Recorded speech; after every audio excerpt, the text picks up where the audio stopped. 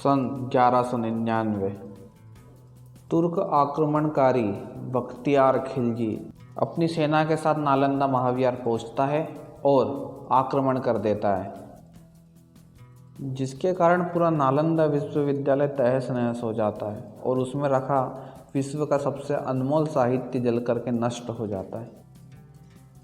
आखिर नालंदा में खिलजी ने आग क्यों लगाई? ऐसा क्या था इन साहित्यों में? नमस्कार दोस्तों, आप देख रहे हैं रोपो द यूनिक शो। आज हम इस वीडियो में जानेंगे क्या था नालंदा महाविहार, इतिहास में इसका इतना महत्व क्यों है।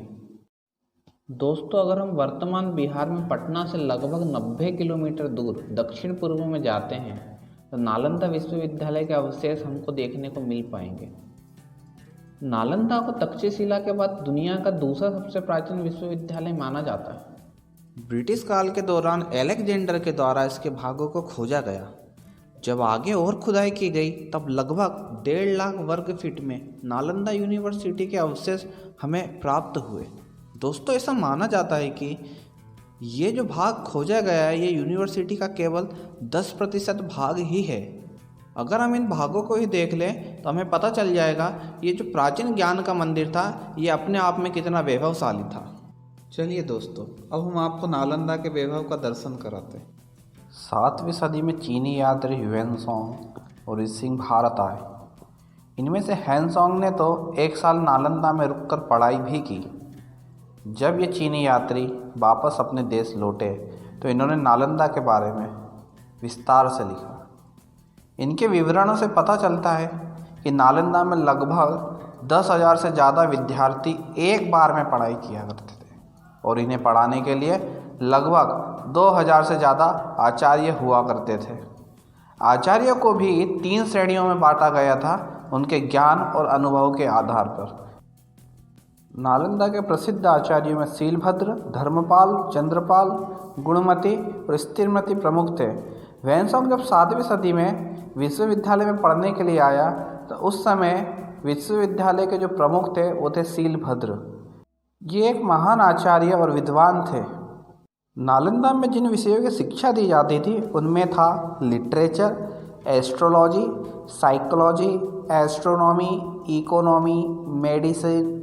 यहाँ पर भारत के विभिन्न भागों से ही नहीं बल्कि कोरिया, जापान, चीन, Tibet, Indonesia, Iran, Greece, Mongolia और विश्व के अन्य भागों से भी लोग यहाँ पढ़ने आया करते। भारतवर्ष के कई महान विद्वानों जैसे हर्षवर्धन, धर्मपाल, वसुबंधु, धर्मकीर्ति, आर्यवेद, नागार्जुन, इन्होंने अपनी पढ़ाई नालंदा से ही की थी। दोस्तों, नालंदा की स्थापना 5वीं शताब्दी में गुप्त वंश के शासक सम्राट कुमारगुप्त ने की थी। इसे महान सम्राट हर्षवर्धन और पाल शासकों का भी संरक्षण मिलता रहा। विश्वविद्यालय को चलाने के लिए अब मैनेजमेंट की भी ज़रूरत होती थी, तो विश्वविद्यालय का प्रबंध प्रमुख आचार्य करते थे और इन्हें भिक्षुओं द्वारा निर्वाचित किया जाता था। नालंदा में पढ़ने के लिए विद्यार्थियों को पहले प्रवेश परीक्षा देनी होती थी, जो कि बहुत ही ज़्यादा कठिन होती थी। परंतु एक बार विद्यार्थी जब प्रवेश ले लेता था तो उसके रहने का, खाने का, कपड़े का सभी का प्रबंध प्रबंधन समिति द्वारा किया जाता था। प्रबंधन समिति के पास में सारा के सारा पैसा दान में आया करता था।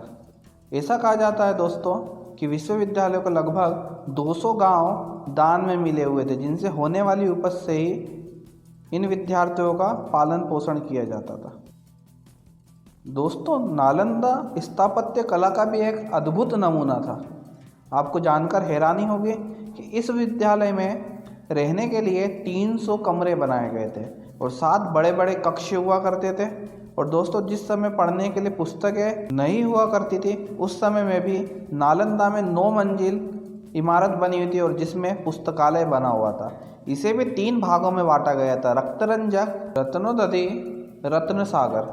दोस्तों, इनमें इतनी पुस्तकें रखी हुई थी जिसे गिन पाना भी असंभव सा काम था। जाता है यहाँ हर विषय की किताबें मौजूद थी, परंतु अब ये खंडर में तब्दील हो चुकी है। सन 1199 तुर्क आक्रमणकारी बख्तियार खिलजी ने इस विश्वविद्यालय को जलाकर पूरी तरह से नष्ट कर दिया। कुछ इतिहासकार बताते हैं कि इस विश्वविद्यालय में जितनी किताबें थी पूरी जलने में लगभग 3 महीने लग गए थे। आपको बताते हैं खिलजी ने ऐसा क्यों किया। इसके पीछे भी एक कहानी प्रचलित है। ऐसा कहा जाता है कि जब खिलजी भारत के कई हिस्सों पर आक्रमण कर रहा था तभी अचानक उसकी तबीयत बिगड़ गई और वह इतना बीमार हो गया कि कोई भी हकीम उसका इलाज नहीं कर पा रहा था।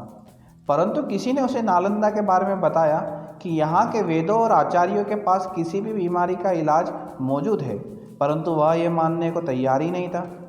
कई लोगों के कहने पर कि नालंदा के प्रमुख आचार्य राहुल श्रीभद्रा से आप अपना इलाज करा लीजिए। तबीयत अधिक बिगड़ जाने पर वह इसके लिए तैयार हो गया, परंतु उसने अभी भी भारतीय पद्धति से इलाज कराने के लिए मना ही कहा था। अब आचार्य राहुल श्रीभद्रा जी को ये बात पता चली, उन्हें बुलाया गया। तब उन्होंने कहा, मैं आपको एक कुरान देता हूँ जिसे रोज़ाना आपको पढ़ना है और आप कुछ ही दिनों में ठीक हो जाएंगे। और कुछ ही दिनों में सच में खिलजी ठीक भी हो गया। खिलजी बड़ा आश्चर्यचकित था कि ये कैसे हो गया, जो हमारे हकीम ना कर सके वो इन आचार्यों ने कैसे करके दिखाया। उसमें ये जानने की जिज्ञासा उत्पन्न हुई और जब उसे पता चला कि आचार्य जी ने उसकी पुस्तक में दवाइयाँ लगा दी थी जिससे अनजाने में ही वह दवाइयों का सेवन कर रहा था, इस बात से खिलजी बौखला गया।